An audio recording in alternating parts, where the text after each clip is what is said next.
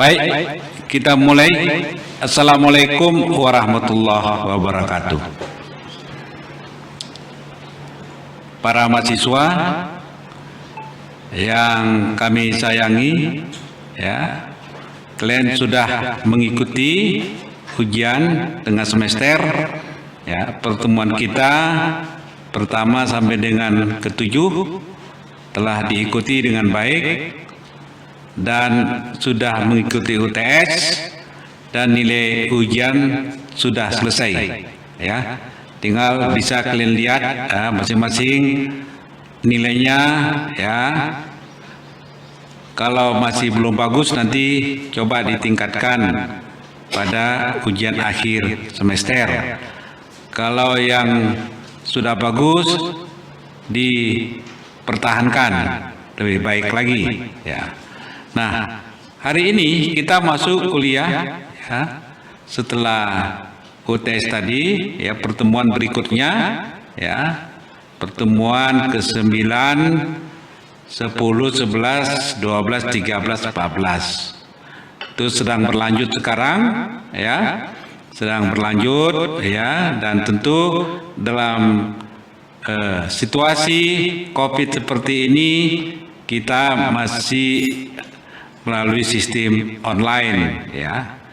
Nah, sistem online kita, ya, kali ini kita variasikan dengan melalui audio, ya, melalui audio, sehingga tidak bosan dan juga saudara para mahasiswa dapat langsung mendengarkan hal-hal yang akan saya uraikan sebagai pengayaan atas materi-materi yang sudah kami sampaikan. Nah, melanjutkan materi yang lalu, kita waktu itu sudah sampai pada poin ketiga, yaitu yang berkaitan dengan bagaimana menetapkan suatu aktivitas tujuan operasional yang akan menjadi dasar dalam suatu penyusunan program, ya. Jadi dalam perencanaan, pemrograman, dan budgeting system ini, ya, atau penganggaran, itu memang hal-hal yang berkaitan dengan penyusunan anggaran menjadi faktor yang penting, di samping tentu faktor perencanaan dan implementasi program, ya. Penetapan aktivitas tujuan operasional ini, ya, kita menghadapi, ya, beberapa alternatif pendekatan, ya. Beberapa alternatif pendekatan itu diperlukan dalam kita menyusun anggaran, ya. Kemarin-kemarin kita sudah bicara soal penyusunan perencanaan dan kemudian bagaimana pemrogramannya. Sekarang kita menyusun suatu alternatif pendekatan untuk penyusunan anggaran. Ketika pendekatan kinerja, ya, dalam PPBS, ya, atau Planning, Programming, Budgeting System yang digunakan, maka langkah yang harus dilakukan dalam penyusunan anggaran adalah tetapkan dulu aktivitasnya, ya. Jadi menetapkan aktivitas itu merupakan pintu masuk untuk dapat munculnya anggaran. Kita tidak bisa menyusun anggaran jika kita tidak tahu apa yang menjadi aktivitas. Kita tidak tahu apa yang menjadi kegiatan-kegiatan atau rangkaian kegiatan-kegiatan dalam suatu program. Aktivitas dipilih berdasarkan strategi organisasi yang telah disusun dan tujuan operasional yang telah disusun juga, ya, sebagai bagian daripada awal kita menyusun perencanaan. Jadi aktivitas ini, ya, sudah harus ada di dalam dokumen strategi organisasi dan di dalam tujuan operasional. Aktivitas itu sudah ada yang harus kita laksanakan dengan dukungan anggaran yang sedang kita susun ini. Kemudian yang keempat, ya, adalah langkah yang disebut dengan evaluasi dan pengambilan keputusan. Setelah kita menyinggung tadi secara garis besar aktivitas-aktivitas yang harus ada di dalam suatu penyusunan anggaran, maka setelah itu selesai, ya, aktivitasnya itu sudah kita perhatikan dengan dukungan anggaran yang tersedia, itu sudah clear semua, ya, maka program itu sudah ongoing, sudah dapat dilakukan. Ya. Dilakukan, perencanaannya sudah oke, programnya juga sudah oke, anggarannya sudah oke, laksanakan. Ya. Setelah dilaksanakan sesuai dengan jadwal atau roadmap atau jangka waktu yang sudah disusun, maka tahapan berikutnya kita melakukan evaluasi. Ya. Dari evaluasi ini nanti tahap akhirnya adalah mengambil keputusan. Pengambilan keputusan ini untuk mengetahui apa yang akan kita rencanakan berikutnya, ya, untuk program selanjutnya yang nanti itu masuk ke dalam suatu putaran kembali ke awal dalam planning system, ya. Jadi pengambilan keputusan itu diperlukan supaya itu menjadi input dalam planning system, dalam sistem perencanaan. Setelah pengajuan anggaran disiapkan, ya, tadi sudah kita singgung, ya, adalah proses evaluasi dan pengambil keputusan, ya, sering disebut dengan review, ya. Dari review itu maka kita dapat menyusun ranking, ya, ranking dari output atau outcome yang diperoleh, ya, dari suatu proses kegiatan itu. Proses ini dapat dilakukan dengan standar baku yang ditetapkan oleh organisasi. Jadi dalam mengukur evaluasi ini ada standar bakunya, ada parameter keberhasilannya. Itu disebut dengan standar baku. Siapa yang menetapkan ini? Tentu organisasi. Ya. Tujuan organisasi itu harus di breakdown dalam target-target yang disusun dalam standar ukuran keberhasilan. Itu disebut dengan standar baku yang harus disusun oleh organisasi. Atau bisa juga dengan memberikan kebebasan pada masing-masing unit untuk membuat kriteria dalam menentukan ranking. Jadi kalau itu terlalu teknis, ya, kalau dia bersifat terlalu teknis, ya, standar baku itu mungkin sulit dirumuskan pada level organisasi yang begitu besar, ya, tetapi itu bisa didelegasikan kepada unit-unit di bawahnya untuk secara bebas menentukan, ya, menentukan ukuran-ukuran tadi, ya, dengan berpatok kepada kriteria yang dibuat. Ya, jadi hanya dibuat kriteria saja sebagai acuan, ya, sehingga dari situ nanti bisa disusun ranking-ranking pencapaian sesuai dengan kriteria yang dibuat itu, ya, supaya tidak mengalami kesulitan dalam melakukan evaluasi. Ya, jadi ada tahapan yang bersifat lebih makro yang disebut dengan tadi standar bakunya, bisa diuraikan lebih detail lagi kepada unit masing-masing untuk melakukan penilaian, tapi dipatok dengan berbagai kriteria sebagai dasar untuk menentukan ranking keberhasilan. Ya, nah itu kemarin sudah kita sampaikan dalam kuliah sebelum UTS. Ya, ini untuk menyambungi saja. Nah sekarang setelah evaluasi maka disebut dengan pengambilan keputusan. Decision making ini menjadi penting, ya, pengambilan keputusan ini, sebab segala sesuatunya itu tidak akan bisa bergerak jika tidak ada keputusan yang diambil. Ya, orang itu mau melangkah karena ada keputusan di memorinya, saya harus melangkah, maka diperintahkan kaki untuk melangkah karena ada keputusan di memori.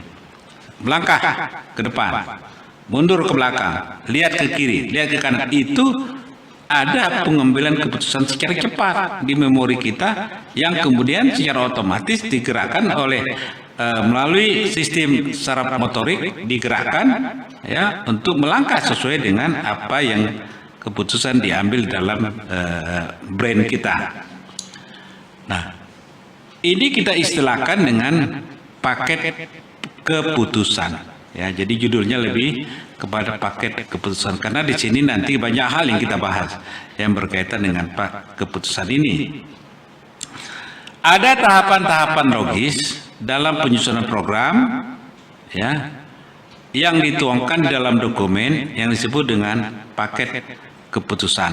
Ya, jadi dalam dokumen-dokumen yang kita susun, ya, dokumen program kita susun itu, ya, maka di tahap akhir itu ada dokumen yang berkaitan dengan paket program atau decision packages, ya.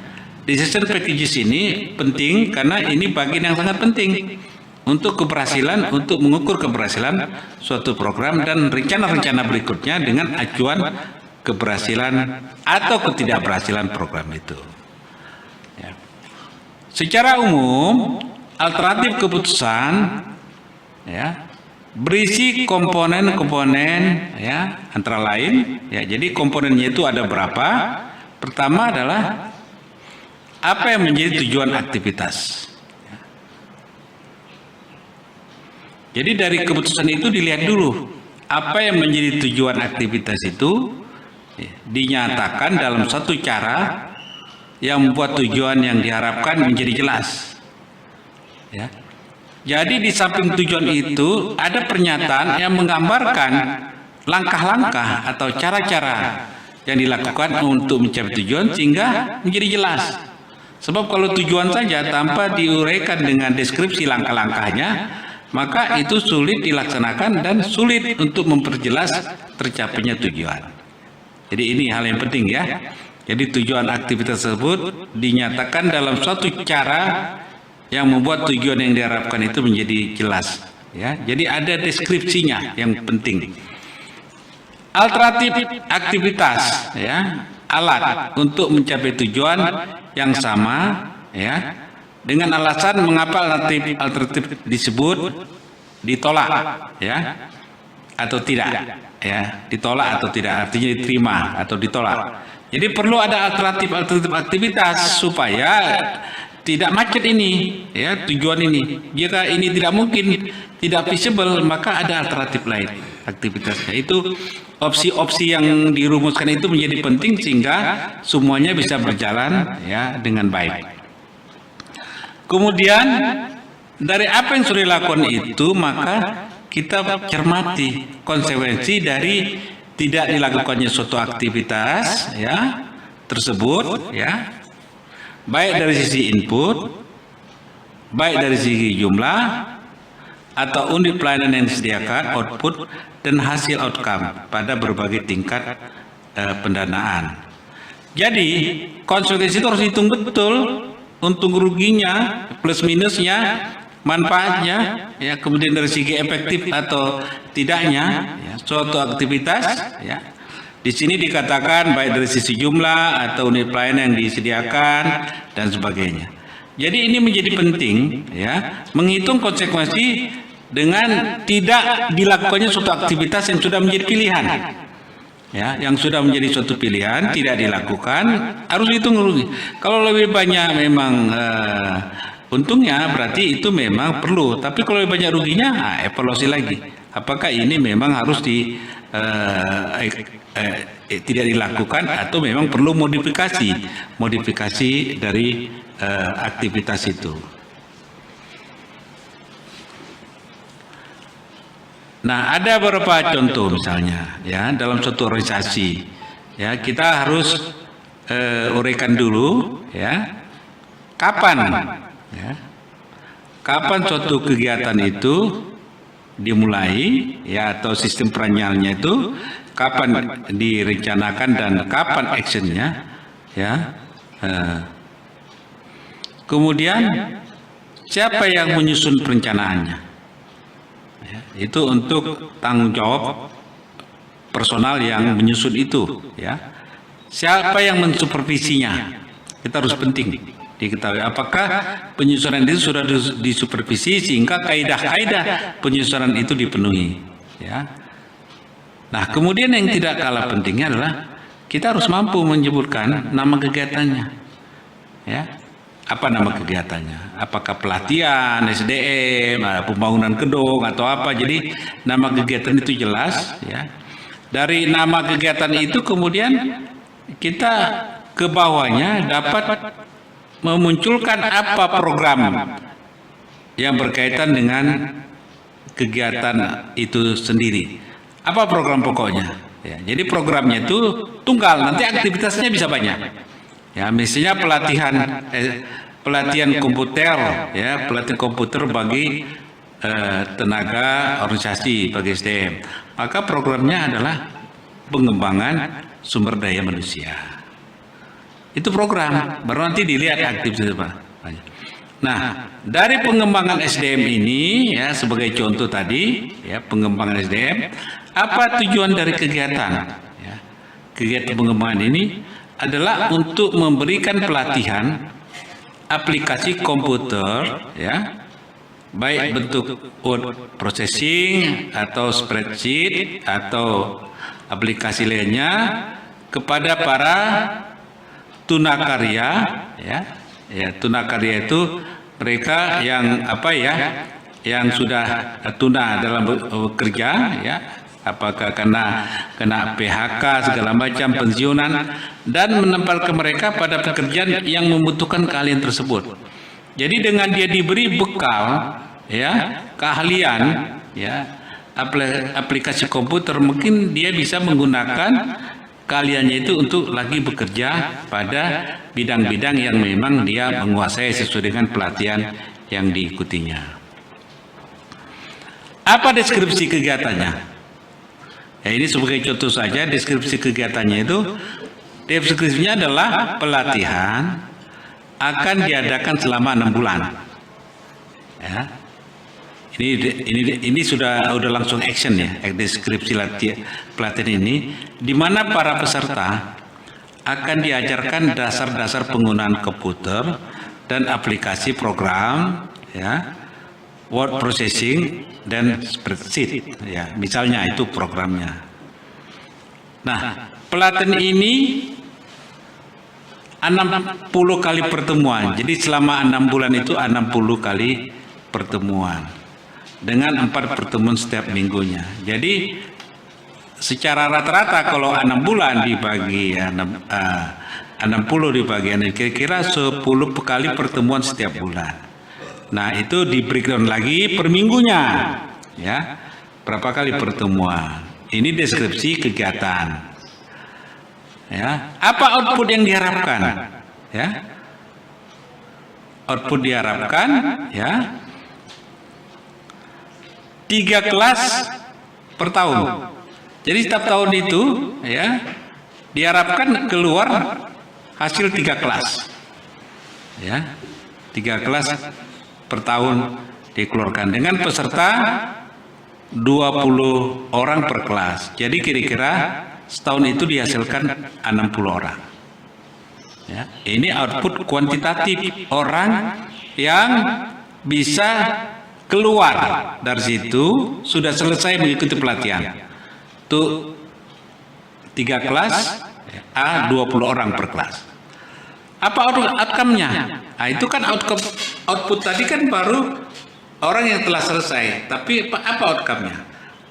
Outcome-nya itu berkaitan dengan hasil pelatihan. Ya, hasil pelatihan. Dari 60 peserta pelatihan misalnya, ya, 48 peserta dapat menyelesaikan pelatihan. Dapat menyelesaikan, ya. Paket-paket pertemuan itu dia ikuti, ya, dia selesaikan. Ya, itu 48 orang dari 60, berarti ada yang kececer nih, ya. Dan 48 orang dari 44 orang dari 48 itu diantaranya dapat pekerjaan yang membutuhkan keahlian komputer yang didapatkan. Nah, jadi dari tadi 60, ya, ternyata 48 dapat menyelesaikan itu berapa persen? 48 per 60 kali 100% dapat angkanya. Kemudian dari 48 itu yang sudah selesai ternyata 44 sudah terserap dalam lapangan kerja. Nah, ini kan cukup tinggi, 44 per 48 kali 100%. Itu lebih 90%. Ya. Nah, ini artinya bahwasanya outcome-nya ya sudah cukup tinggi. Ya, outcome-nya cukup tinggi. Walaupun tidak 100% mereka menyelesaikan pelatihan dari 60 orang itu. Tapi dari yang selesai itu sebagian besar sudah terserap lapangan pekerjaan. Ini contoh outcome. Ya, ini contoh dari outcome. Jadi output adalah ya mereka sudah selesai ya ikut pelatihan, tapi dari 60 itu ternyata 48 orang dapat misalkan pelatihan itu berarti dia bersertifikat. Ya, yang selebihnya itu mungkin ada harus mengulang dan sebagainya. Tapi dia sudah bagian dari 3 kelas itu. Baik, kita lanjutkan saja. Ya, kita lanjutkan kuliah kita ini. Ya, tadi sudah berkaitan dengan contoh beberapa ilustrasi yang saya sampaikan, termasuk tadi contoh suatu kegiatan atau program ya yang secara sederhana yang kita bisa lakukan mulai dari proses, output sampai dengan outcome-nya. Nah, sekarang bagaimana dengan pelaporan dan evaluasi anggaran? Pelaksanaan anggaran kinerja tidak bisa dilepaskan dari proses pelaporan dan evaluasi atas aktivitas yang telah dilaksanakan. Kenapa? Karena hal ini menjadi hal yang sangat penting. Sebab salah satu ukuran keberhasilan anggaran kinerja adalah kemampuannya untuk diukur dan dievaluasi untuk mendapatkan umpan balik. Jadi kalau anggaran kinerja ya, keberhasilan anggaran kinerja ini ya atau mutu anggaran ya atau kualitas anggaran itu, keberhasilan suatu kualitas anggaran itu ya harus dapat diukur. Kenapa? Karena dengan dapat diukur maka dapat dievaluasi. Nah, karena dapat dievaluasi maka dapat dilakukan umpan balik. Umpan balik ini menjadi penting dalam rangka siklus perencanaan berikutnya. Untuk itu, setiap organisasi harus menyediakan informasi mengenai aktivitas yang telah dilakukan. Ya, jadi laporannya menjadi penting. Ya, laporannya menjadi penting. Laporan aktivitas yang dilakukan. Informasi ini seharusnya meliputi, ya, mulai dari input, ya, proses, ya, output, outcome, dan berbagai indikator kualitatif lainnya yang dirasa perlu. Bahkan kalau memang dia sudah banyak keterlibatan dengan program lain, irisannya cukup kuat, maka bisa kita melihat dampak. Ya, melihat dampak. Karena dampak itu tidak hanya satu program saja, itu interrelasi antara berbagai program sehingga dampak secara keseluruhan itu dapat diukur.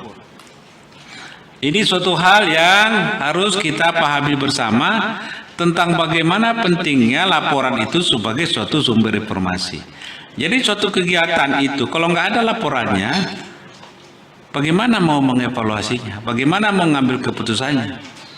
Itu menjadi hal yang nonsens, hal yang tidak mungkin dilakukan ya jika tidak ada pelaporan, dan laporan itu pun juga harus ada standarnya sehingga bisa diukur. Artinya laporan itu penuh dengan informasi-informasi ya, di mana informasi ini kan diambil dari data-data yang diperoleh. Maka kita mendapatkan informasi.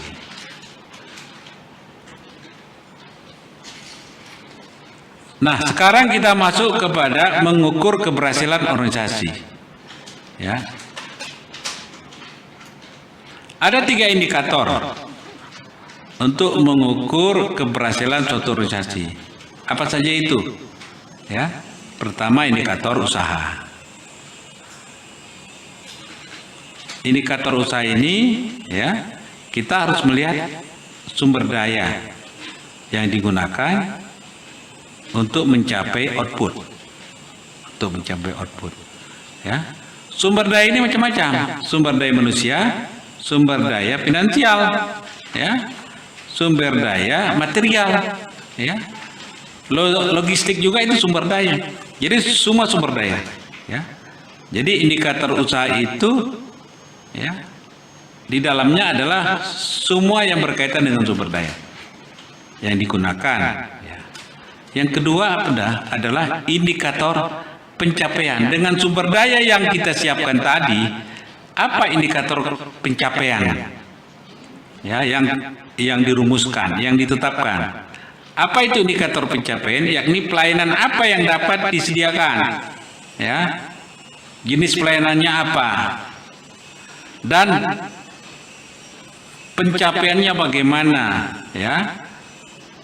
Dengan demikian kita bisa melihat dalam jangka pendek inputnya, ya, kemudian dia menjadi output, ya, dari output kemudian menjadi outcome. Jadi indikator-indikator itu pada tahap proses input, proses, output, itu indikatornya itu harus jelas sehingga dapat terukur, ya, sehingga kita bisa menilai keberhasilan program itu. Apakah ada bias di sini? Bias itu terjadi jika apa yang diharapkan, ya, dalam proses input tadi, proses, ternyata outputnya tidak sesuai dengan indikator yang sudah ditetapkan. Itu terjadi bias, penyimpangan.